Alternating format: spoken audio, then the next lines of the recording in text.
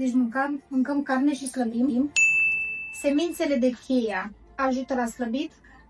Orice aliment ajută la slăbit. Mă gândesc că orice aliment, adică pot să mănânc orice să slăbesc. Dacă mănânci puțin, da. Cât de mult ajută chestia asta?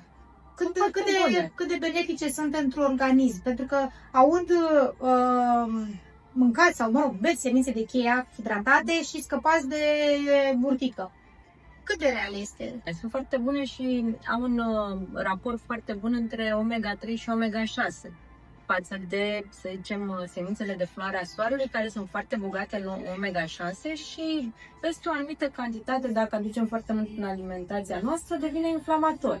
Dar semințele de chia au un raport foarte bun, sunt bogate în omega-3, dar, atenție, este un omega-3 vegetal care nu este convertit 100% în organismul nostru și utilizat în felul lor. Dar ele sunt foarte bune, sunt foarte bogate în fibre. Mare atenție să vă hidratați foarte bine în ziua în care mâncați semințe de chia, pentru că, mai ales pentru persoanele care au o tendință spre a se constipa, pot duce la constipație.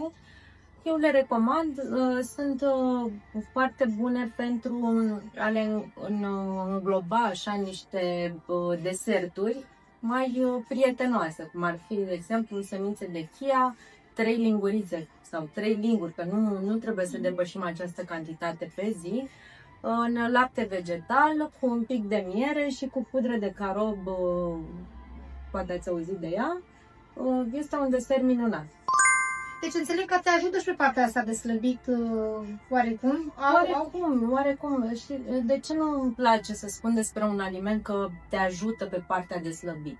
Nu te ajută niciunul pe partea de slăbit, contează întotdeauna cantitatea, că dacă mâncăm semințe de chia, da, și tu după aia restul meselor le mănânci cum le mâncai, cu ce te-a ajutat? Da. Nu, ai doar adăugat ceva. Deci fiecare aliment este bun, trebuie să învățăm proporția corectă pentru ele, pentru că aici este marea problemă. Și cu pâinea. Și pâinea te ajută la slăbit. Și grăsimile. Mănâncă, te rog frumos, o salată fără ulei.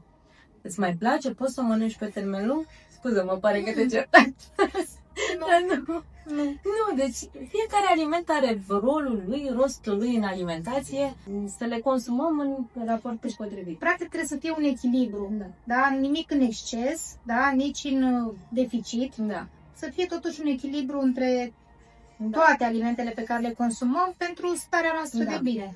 Dacă ar fi un aliment, de fapt, să spun că care ajută la slăbit, este protein. Carnea. Deci mâncăm carne și slăbim.